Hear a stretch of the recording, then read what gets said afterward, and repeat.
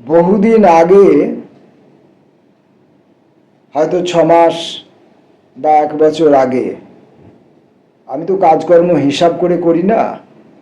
আমি সারা জীবনে যত রাস্তা চলেছি, সে রাস্তায় কেন চলেছি? ঠিকানায় যাব বলে, নাকি রাস্তাকে বলেছি তুমি একটি ঠিকানা খুঁজে বার করে দাও, ঠিকানা গড়ে দাও? এসব আমি জানি না। রাস্তা সামনে এসেছে, আমাকে আমন্ত্রণ জানিয়েছে, আমি রাস্তার আমন্ত্রণ স্বীকার করেছি। এভাবে সারা জীবন হেঁটেছি। আমি তো কখনো আকাশের দিকে তাকাইনি নক্ষত্রদের সঙ্গে বন্ধুত্ব করব বলে। যত দূর থেকে নক্ষত্রকে দেখা যায়, তত দূর থেকেই, ততটা দূরত্বকে সম্মান দিয়েই বা আরও একটু দূরত্ব বাড়িয়ে নিয়ে আমি নক্ষত্রকে আমার কল্পনার দ্বারা কল্পিত করে নিয়েছি। প্রকৃত নক্ষত্রকে চিনতে, বুঝতে, স্পর্শ করতে, খুঁজতে যেতে চাইনি কোনোদিন। তাই 6 মাস বা 1 বছর আগে কোনোদিন কোনো এক বাজে কথা বলার অবকাশে আমি হয়তো আপনাদের জানিয়েছিলাম যে আমার এই যে ইউটিউবে রেকর্ড করার এই যে কাজ, এই যে ইউটিউব অ্যাকাউন্ট খোলা এবং ইউটিউবের মধ্য দিয়ে বিভিন্ন জনের লেখা পাঠ করা, বিভিন্ন গদ্য পাঠ করা, কবিতা পাঠ করা এবং আমার মতো একজন অশিক্ষিত মানুষের কিছু ভুলভাল কথাকে ধরে রাখার যে কাজ আমি করছি, এই কাজটি করতে এবং এর আনুষঙ্গিক আরও বিভিন্ন অল্প হলেও, পরিমাণে অল্প হলেও যে কলা কৌশল লাগে, সেটুকু আমাকে আমার এক সন্তানসম শিক্ষক শিখিয়েছিলেন। তো তিনি অতি সম্প্রতি আমাকে বলেছেন যে তিনি নাকি লক্ষ্য করছেন 1-1.5 বছরের উপর সময়কালের মধ্যে আমার মধ্য থেকে বিশ্লেষণ বা আত্মবিশ্লেষণ উবে গেছে, দেখা যাচ্ছে না। এখন তিনি যখন, আমার শিক্ষক মশাই, তিনি যখন এটি লক্ষ্য করেছেন, তখন তার এই পর্যবেক্ষণ তো ভুল হতে পারে না। তবে আমি যে আমা হতে বিযুক্ত হয়েছি, আমি যে আমার মধ্যে নেই, সেইটা হয়তো আমি নিজে লক্ষ্য না করেই নিজেকে করে ফেলেছি। এমনটা হতে পারে আমার চারদিকের যে আবহমণ্ডল মানে আমি ভূপ্রকৃতির কথা বলছি না। আবহমণ্ডল মানে আমি আমার বন্ধু বান্ধব, আত্মীয় স্বজন, সমাজ এবং দেশের যে রাজনৈতিক পরিস্থিতি, রাজনৈতিক ডামাডোল, দেশের এমন কোনো একজন বড় নক্ষত্রকে দেখতে পাচ্ছি না যার কাছ থেকে আলো পাওয়ার মতো স্থির প্রত্যয় পাওয়া যেতে পারে। তো এইরকম যে একটা আবহমণ্ডলের মধ্যে আমি রয়েছি, স্বভাবতই প্রত্যেকটি বিষয়ের উপর আমার একটা অনাগ্রহ ক্রমশ তৃপ্ত হচ্ছে আপনা আপনি। আমি ভেবেচিন্তে করিনি। আমি যখন কিছু লিখি, বাজে লেখা, ফালতু লেখা যখন লিখি, বা আমি যখন কিছু বলি, ফালতু বলা, বাজে বলা, আমি যখন কিছু দেখি, ফালতু দেখা, বাজে দেখা, এগুলো যখন আমি করি, তখন কিন্তু আমি কোনো মহাজন যে পথে গেছেন, কোন পথে গেছেন, সে কথা ভেবে করি না। কোনো উদ্ধৃতি আমার কথাবার্তাগুলির মাঝে থাকে না। তার কারণ হচ্ছে যে আমি নক্ষত্রদের কাছে যাই না, নক্ষত্রদের কল্পনা করি, কাছে যাই না। আর তাদের জীবনের যে অর্জিত অভিজ্ঞতা, তা অধ্যয়ন করে তা কণ্ঠস্থ করে আমি নিজেকে সমৃদ্ধ করার অপপ্রয়াস কখনো করিনি বা করি না, বা হয়তো করবও না। তা সত্ত্বেও এই সমস্ত নক্ষত্রদের প্রতিভা এতটাই, তাদের প্রভাব এতটাই যে তারা যত দূরেই থাকুন না কেন, তাদের আলো প্রত্যক্ষ বা অপ্রত্যক্ষভাবে আমাদের উপর এসে পড়েই। মনে করুন, পৃথিবীর থেকে সবচেয়ে কাছে যে নক্ষত্রটি আছে আমাদের সোলার সিস্টেমে, সেই সূর্য থেকে আলো এসে আমাদের পৃথিবীতে পৌঁছাতে সময় লাগে 8 মিনিট। 8 মিনিট আগে সূর্য যখন প্রথম তার টর্চটি জ্বালিয়েছিল, সেই টর্চের আলোর রশ্মিটি আমাদের পৃথিবীতে এসে পড়ছে 8 মিনিট পরে। তাহলে সূর্যের থেকেও বড় বড় এবং আরও দূরবর্তী অজস্র কোটি কোটি যে নক্ষত্রগণ অন্তরিক্ষ জুড়ে রয়েছেন,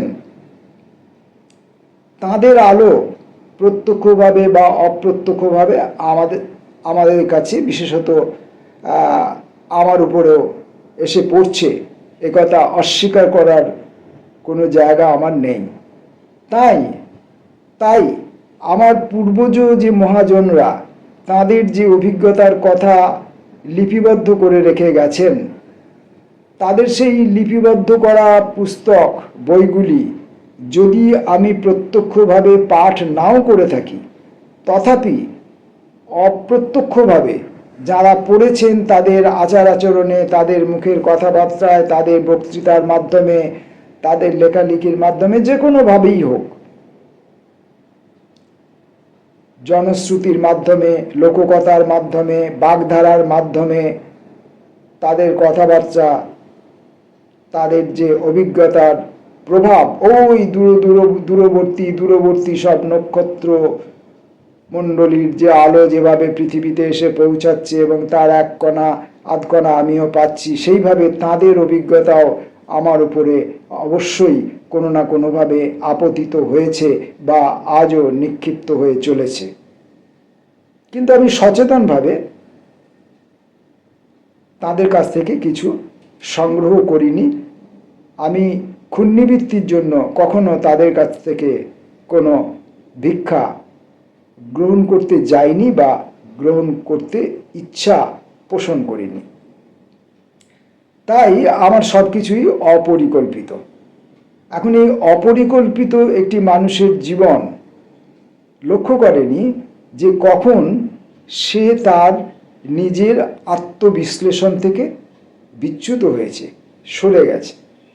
এখন আমার শিক্ষক মশাইয়ের কথার দিকে নজর দিয়ে আমাকে এইটা নিয়ে একটু ভাবনা চিন্তা করতে হবে বলে আমি মনে করেছি। আর তাই আমি কোনো রকম ভাবনা চিন্তা না করেই এখন এইখানে বসে, আপনাদের সামনে বসে ভাবনা চিন্তা করব বলে কথা বলতে বলতে মাথার মধ্যে ভাবনা চিন্তা করবার সুযোগ দিয়ে নিজেকে এই কাজে যুক্ত করতে প্রয়াস পাচ্ছি। জানি না আমি যে আমার মস্তিষ্ককে ভাবনা চিন্তা করবার সুযোগ দিলাম, অনুমতি দিলাম, অথবা আমার মস্তিষ্ক বা কারোরই মস্তিষ্ক কারো অনুমতির পরোয়া করে না, সে তার নিজের কাজ প্রতি মুহূর্তে করে চলে। কিন্তু এই যে নির্দিষ্ট কাজটি, এই যে নির্দিষ্ট বিষয়টি আমার গুরুদেব আমাকে বলেছেন যে আমি করছি না, সেইটা করবার জন্য আমি আমার মস্তিষ্কর কাছে নতজানু হয়ে প্রার্থনা করেছি। এখন দেখা যাক আমার মস্তিষ্ক আমার এই ভাবনা চিন্তাকে নিয়ে কতটা ভাবনা চিন্তা করে। আমার খুব ছেলেবেলা থেকে, খুব ছোট থেকে একটা কল্প জগৎ ছিল। সেই কল্প জগৎটা হয়তো প্রত্যেক মানুষেরই থাকে, আপনারও ছিল, প্রত্যেকেরই থাকে। তা আমারও একটা তীব্র কল্প জগৎ ছিল। আর সেই তীব্র কল্প জগৎটা আমার কাছে এতটাই তীব্র ছিল যে আমি বাস্তব জগৎকে জানতে, বুঝতে, চিনতে, স্পর্শ করতে, খুঁজতে, আঘাত করতে বা আঘাত পেতে কোনো ব্যাপারেই খুব একটা তেমন আগ্রহী ছিলাম না। আহারার্য বিষয় যা কিছু ক্ষুণ্ণিবৃত্তির জন্য গ্রহণ করতে হয়, শারীরবৃত্তীয় নিয়মাবলীর মাধ্যমে আমি সেই সব আহার্য বিষয় হয়তো গ্রহণ করেছি, এবং কি খাচ্ছি সেটা হয়তো অনেক সময় না জেনেই খাচ্ছি। যেমন একটা উদাহরণ দেওয়া যাক, এক সময় আমি মা কোনো একটি বিশেষ খাবার তৈরি করছিলেন এবং আমার অন্যান্য ভাই বোনেরা সেই সমস্ত খাবারগুলো নিচ্ছিল, খাচ্ছিল এবং তাহার আস্বাদ গ্রহণ করছিল। আমি সেই সময় অদূরেই কোনো একটি জায়গায় বসে আমার ওই কল্প জগতের ভেতরে ঢুকে সাঁতার কাটছিলাম। ওই কল্প জগতের মধ্যে সন্তরণ করা অবস্থাকালীন সময়েই আমি অনুভব করলাম যে আমার ভাই বোনেরা এবং অন্যান্যরা কিছু আহার্য বিষয়ের আস্বাদন গ্রহণ করে আনন্দিত হচ্ছে, পুলকিত হচ্ছে, পুষ্ট হচ্ছে, বা ঝর্ণার মতো, কি বলবো, ঝর্ণার মতো হয়ে উঠছে। তো সেইটা উপলব্ধি করে আমি সেই কল্পজগতের